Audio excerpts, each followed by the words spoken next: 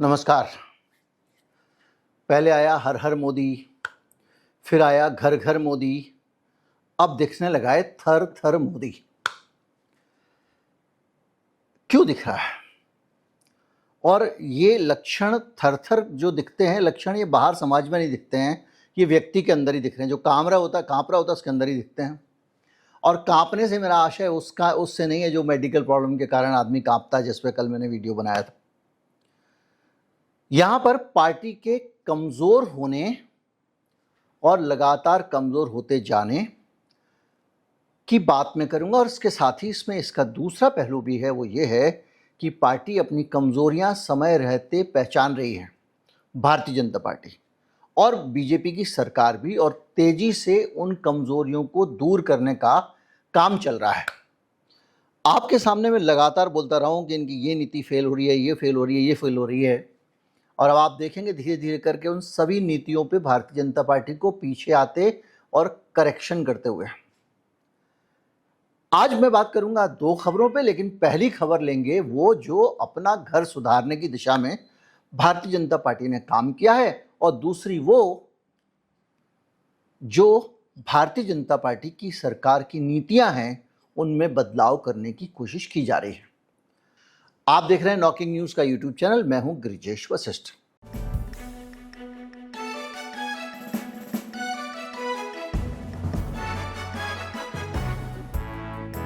देखिए, भारतीय जनता पार्टी को ढलान पे चलते हुए हम लगातार देख रहे हैं, और इसका उदाहरण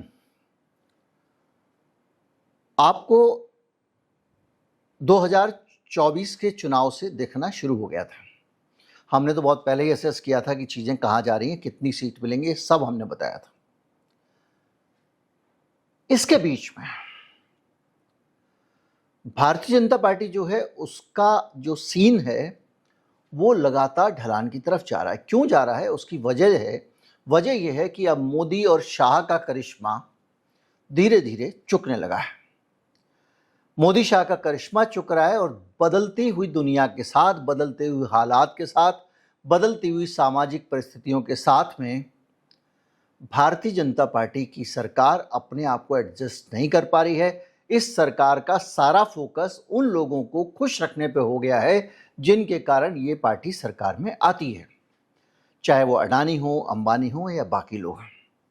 उस सब का असर भारतीय जनता पार्टी के ऊपर इसलिए भी पड़ रहा है क्योंकि भारतीय जनता पार्टी ने ऐसे लोगों की भलाई करने के लिए अपने ही लोगों को नुकसान पहुंचाना शुरू कर दिया।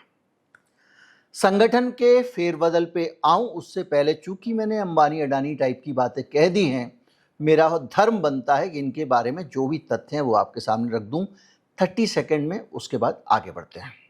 वर्ल्ड बैंक की एक इकोनॉमिक रिव्यू में एक स्टडी आई है। वो कह रही है 2001 से 2020 के बीच में भारत के बड़े कारोबारी समूहों की ताकत बहुत बढ़ गई है।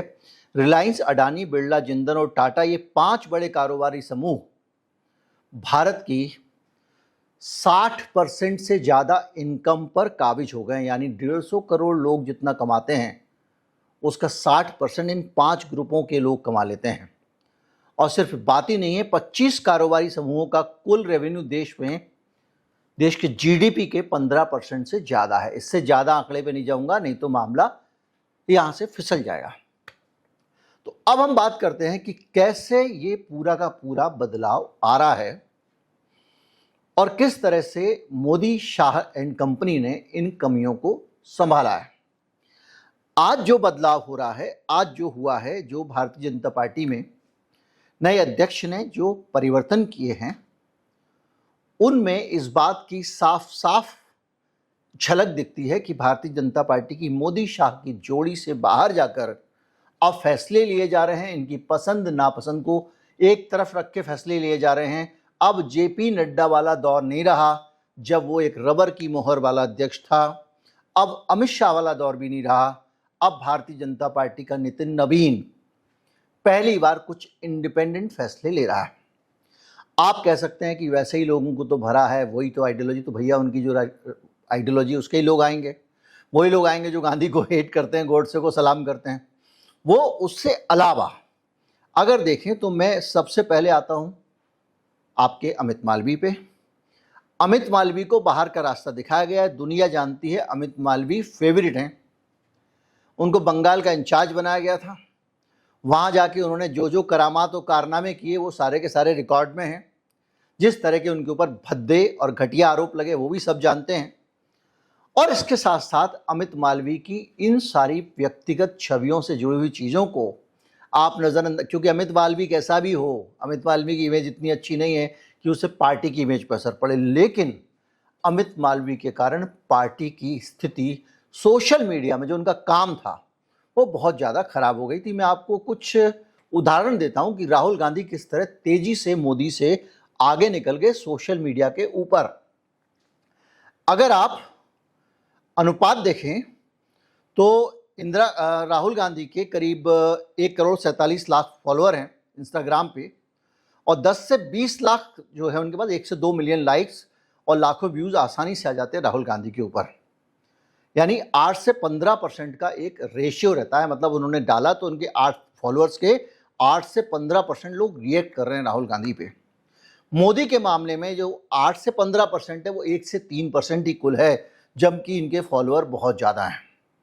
यानी मोदी के फॉलोअर या तो फेक हैं या फिर मोदी को लोग पसंद करना बंद कर चुके हैं। और मोदी को लोग पसंद करें इंस्टाग्राम पे, फेसबुक पे, यूट्यूब पे, ये अमित मालवीय की ड्यूटी का हिस्सा है।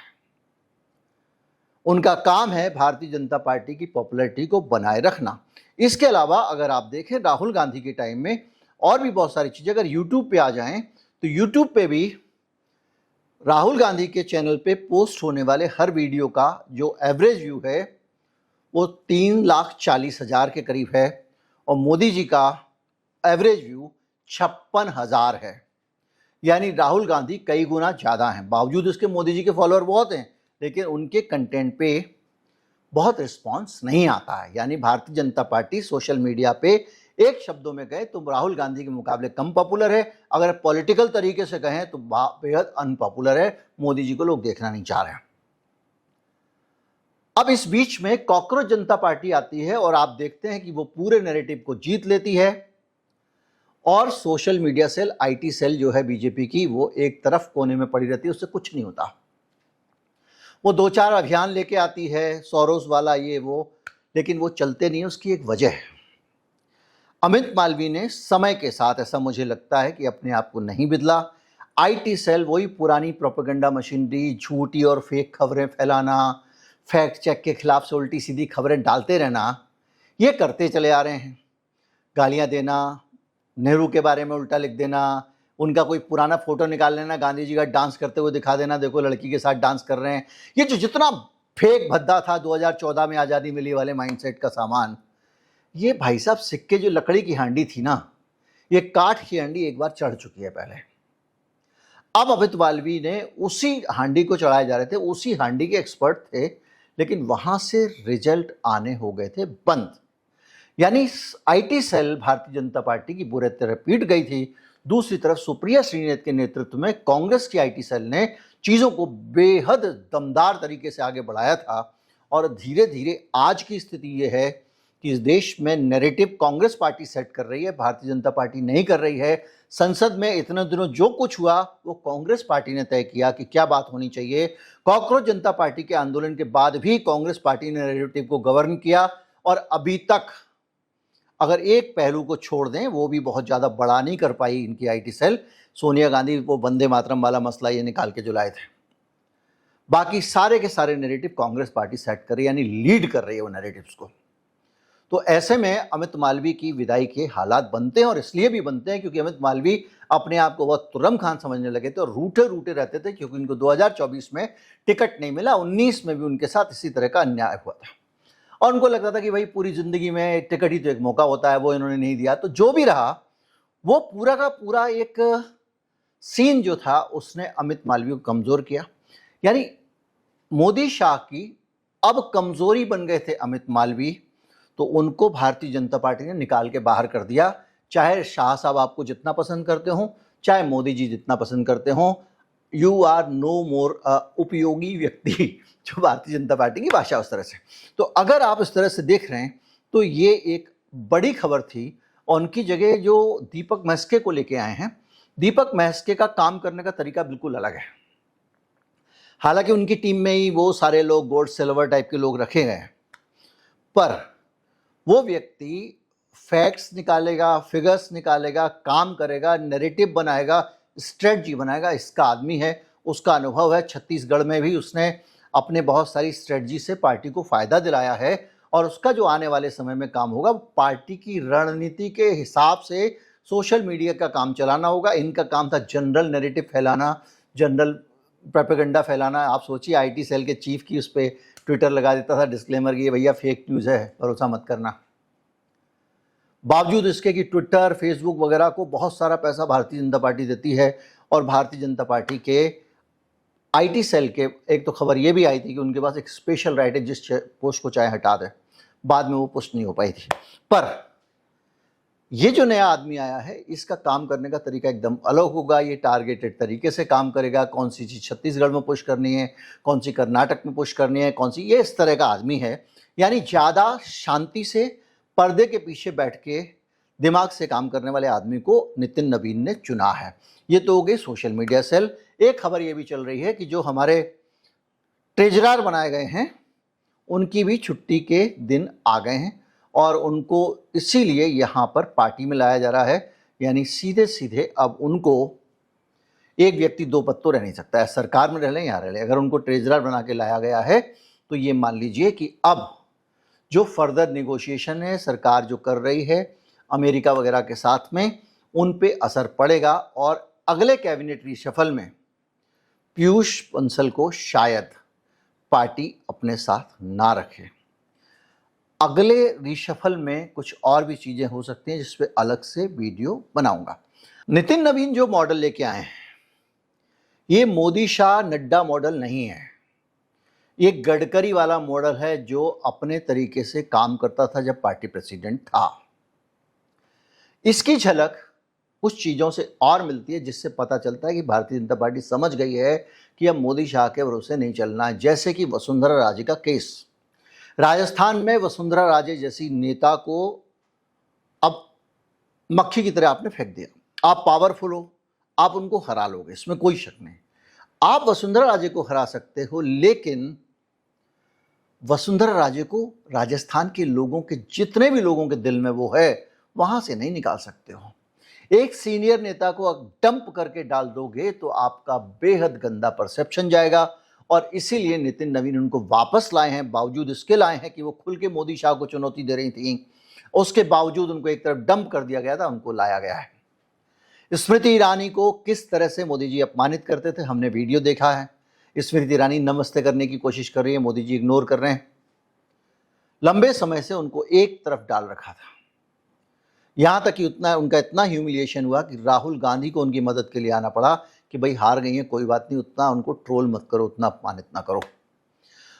उस स्मृति ईरानी को वापस रखा गया है क्योंकि वो तेज तर्रार है और सुषमा स्वराज के बाद में तीखा बोलने वाली एक महिला नेत्री के तौर पर उनको अभी डेवलप किया जा सकता है।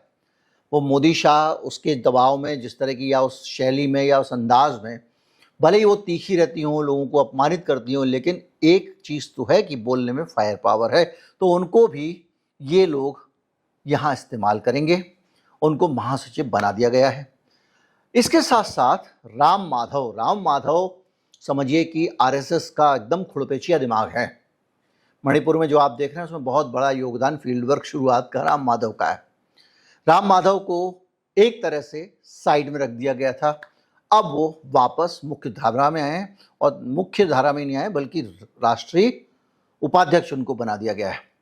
इन चीज़ों को अगर आप देखें तो ये कंपल्शंस ऑफ ओवर आइडियोलॉजी के तौर पे देखा गया है और सीधी सी बात यह है कि भारतीय जनता पार्टी को अब समझ में आ रहा है कि हालात खराब हैं तो सबको साथ लेके चलो। जाति समीकरण भी साधे गए हैं, उत्तर प्रदेश में चुनाव आने वाला है तो उसमें जो है उन्होंने रेखा वर्मा कुर्मी हैं, ओबीसी हैं, भोला सिंह दलित हैं, तारिक मंसूर पसवंदा मुसलमान हैं। इनको सोशल इंजीनियरिंग के जरिए इन्होंने लिया है अपने पास में ताकि यूपी के चुनाव में इसको बढ़िया तरीके से किया जाए। अपने दम पे बहुमत गंवाने के बाद बीजेपी की लीडरशिप अब ये समझ चुकी है कि भैया अब ऐसे नेतागिरी करने से काम नहीं चलेगा। मतलब अब जो नितिन नवीन भारतीय जनता पार्टी लेके आए हैं, ये भारतीय जनता पार्टी अब कोर्स करेक्शन करने वाली है, हालात को बेहतर बनाने के लिए मेहनत करने वाली है। और जो अभी तक मनमानी और तानाशाही का दौर था, मतलब दो लोग मतलब पार्टी, पार्टी मतलब दो लोग, उस दौर को कहीं ना कहीं अब चुनौती दी जा रही है। हरियाणा में भी बहुत सारे लोग ऐसे नए नेता शामिल किए गए हैं। कई जगहों पर नए नेता को लाने के कारण सारे पुराने लोगों को उपेक्षित कर दिया गया था, उनको अहमियत मिल रही है। यानी भारतीय जनता पार्टी ऐसे लोगों को जो पहले से वजूद रखते थे, इनको चुनौती का देने के कारण ढक्कन कर दिए गए थे, उन सब लोगों को थोड़ा थोड़ा रखा जा रहा है। यानी सीधी सी बात यह है कि ये एक तरह देखा जाए तो मोदी शाह की व्यक्तिगत तौर पे बुलंदी को कम करता हुआ दिखता है। और इसके साथ ही ये भी दिखाई देता है कि भारतीय जनता पार्टी अब चुनौतियों से डर रही है, क्योंकि उसने देख लिया 56 इंच का छोटा बल्लर बाल नरेंद्र हुआ। बहुत सारी गालियां दी गई मोदी सरकार को, बच्चों ने गालियां दी, खुल्लम खुल्ला गालियां दी। जो एक जलवा था कि प्रधानमंत्री को अगर मोदी बोलेंगे आप, तो आपको 80 भक्त घेर लेते थे कि मोदी जी बोलिए, वो देश के प्रधानमंत्री हैं, जैसे पहले प्रधानमंत्री हों। उन मोदी जी बुलवाया जिनके लिए जाता था, उन मोदी को कोई बंदर कह रहा है, कोई कुछ कह रहा है, कोई यहां तक कहा गया कि इनके पिताजी ने सबसे बड़ी गलती ये की कि इनको पैदा किया। ये सब लिखा गया। यानी वो, और उसका विरोध उस स्तर पे नहीं हुआ, ना सोशल मीडिया पे हुआ, ना कहीं हुआ। तो ये एक चीज साफ दिखाई दे रही है कि जो उनका प्रभा मंडल है, आभा मंडल है, बुलंदी है, जलवे हैं, वो आप सरकारी मशीन के जरिए हासिल कर लो, ईडी से हासिल कर लो, कहीं से कर लो, अलग बात है। चुनाव आयोग के ऊपर भी आरोप लगते रहते हैं, लेकिन आपका करिश्मा अब धीमा पड़ रहा है। तो पार्टी बचानी है तो आपको कुछ ना कुछ करना पड़ेगा। इस बीच में कुछ संकेत ये भी मिल रहे हैं कि ये जो उल्टी सीधी तानाशाही टाइप की पॉलिसीज लगा देते थे, क्योंकि डेमोक्रेसी अगर आपके व्यवहार में नहीं है तो आप कैबिनेट की भी नहीं सुनते हो, आप किसी भी नहीं सुनते हो। E20 वाली नीति आई, फ्रंट पे कर दिया नितिन गडकरी को, नितिन गडकरी ला ला ला ला करते हुए आगे आगे बढ़ रहे थे, ये महान है, ये महान है, E20 में फला हो जाएगा, ढिमका हो जाएगा। पता चला बाद में खुद ही लिख के दे रहे, मेरा मंत्रालय नहीं था। और हमने E20 पे, आपको याद होगा, जब से आया था जो सारे पॉइंट आउट किए थे चीजें, वो सामने आ गई। अब सिचुएशन ये है, E20 लागू किया किसको खुश करने के लिए, आप जानते हो। अब E20 लागू करने के बाद आपके पास E20 को पेट्रोल में मिलाने के लिए पेट्रोल ही नहीं है, वो अल्कोहल ही नहीं है, एथनॉल ही नहीं है। आप अमेरिका से इंपोर्ट करते हो एथनॉल। इसके अलावा आपके पास में जो फसल और संसाधन, मैंने बताया था कि ये भूखा मार देंगे दुनिया को, सारे के सारे खेतों को कभी आप सोलर में बदलोगे, कभी आप खेतों की उपज को इसमें डाल दोगे, तो फूड कितना महंगा हो जाएगा। और ये पूरी दुनिया में चल रहा है, वर्ल्ड वाइड। मैंने बनाया था कि किस तरह की पूरी कहानियां चल रही हैं। तो भारत में चीनी का दाम 10% बढ़ गया भाई, एक महीने के अंदर। क्यों? क्योंकि चीनी उठा के बनी बनाई चीनी एथनॉल बनाने में जा रही है, तो मक्का एथनॉल बनाने में जा रहा है, तो सारे संसाधन एथनॉल में जाने लगे थे। तो अब क्या हुआ है, अब सरकार को सद्बुद्धि आई है कि भाई हम इंपोर्ट भी कर रहे हैं, हमारा पैसा भी जा रहा है, तेल इंपोर्ट भी ज्यादा हो रहा है, क्योंकि वो माइलेज कम दे रहा है, तो तेल आपको ज्यादा मंगाना पड़ेगा। तो आपने 20% मिलाया और पता चला कि माइलेज गिर गया 4%, 6%, 7% तक की बात हो रही है। सरकार ने खुद स्वीकार किया है। तो 7% माइलेज गिर गया, 20% मिलाया तो 13% का ही तो फायदा हुआ आपको। और 13% भी कहाँ, आप तो बाहर से अल्कोहल मंगा रहे हो। तो वो पूरी पॉलिसी फेल हो गई। तो अब क्या कर रही सरकार, उसको वापस लेने में विचार कर रही है। और जो खबर आई है, जो सरकार के चीफ एडवाइजर हैं, उन्होंने ये कहा है कि भाई साहब अब E20 बंद करो, E10 करो, क्योंकि पब्लिक मारने को घूम रही है। E20 जनता पार्टी बन गई है। तो अब E20 पे नए सिरे से कार्यक्रम शुरू होने वाला है। दोबारा E10 लाएंगे, कम से कम पुरानी गाड़ियों के लिए E10 लाएंगे। लेकिन यहां पर भी चक्कर है, ये सरकार अगर पुरानी गाड़ी के लिए खाली E10 लाएगी तो इसको वहां पे एक और खरीदना, जो फिलिंग वाली मशीन खड़ी करनी पड़ेगी हर पेट्रोल पंप पे। ये E10 वाली है, E20 वाली है, तो रोल बैक होगा। ठीक वैसे ही रोल बैक होगा जैसे नोटबंदी में हुआ था। नोटबंदी लोग मानते हैं ना, सरकार ने रोल बैक किया था। सरकार ने देखा कि पूरे कंगाली हो गई, मार्केट में पैसा नहीं है, तो सरकार ने बैंक में पैसा रखने को महंगा बनाया, जिसको बैंकों ने धंधा बना लिया आज की तारीख में। और वो इतना महंगा बना दिया था कि हर चीज़ अगर बैंक में रख दी आपने, एक बार बैंक में आपके पैसे गए, इसके चार्ज, उसके साथ चेक के चार्ज, इतना सब, ताकि लोग वहाँ ना रखें और पैसा मार्केट में बना रहे, कैश लोग जमा करने ना जाएं, ताकि ये जो पूरा कैश हट गया था मार्केट से, क्राइसिस हो गया था, उसको हैंडल किया जा सके। तो वो एक यू टर्न था। उसी तरह का एक यू टर्न यहाँ पर भी दिखाई दे रहा है, जो E10 को वापस ये लाने वाले हैं, और ये सीधे सीधे चीफ इकोनॉमिक एडवाइजर भारत सरकार का कह रहा है। तो ये भी एक दिशा साफ दिखाई दे रही है, यानी ये सरकार थर थर सरकार, थर थर मोदी हो गई है। और इन चीज़ों को अगर आप एक तरफ रखते हैं तो और भी बहुत सारे संकेत लगातार दिखाई दे रहे हैं। उन संकेतों को आप देख सकते हैं। कॉकरोच जनता पार्टी किसी एक मामले पर बयान दे दे, सरकार एकदम हड़बड़ा जाती है। याद कीजिए, एक लॉ कॉलेज के लोगों ने विरोध किया था, तो पता चला कि इनको वकील का लाइसेंस नहीं दिया जाएगा, ये ऑर्डर हो गया। उसके बाद विरोध किया तो रातों रात वापस ले लिया खबड़ा के। अब वो मनन कुमार मिश्रा, एक बार काउंसिल ऑफ इंडिया के चेयरमैन, वो पता नहीं कहाँ सुपर अथॉरिटी हर बार जीत जाते हैं वो, और उनका बीच में कई बार कोर्ट में उनकी कुछ चीज़ें ऐसी आई जो कि साफ दिखाती थी कि सरकार के लिए वो फील्डिंग कर रहे हैं जुडिशरी के अंदर जाके। तो अब उनके इस्तीफे की बात आ रही है, अब वो माफ़ी मांगते घूम रहे हैं। यानी आप सोचिए कि एक पूरा आक्रांत टाइप की सरकार दिख रही है, डरी हुई सरकार।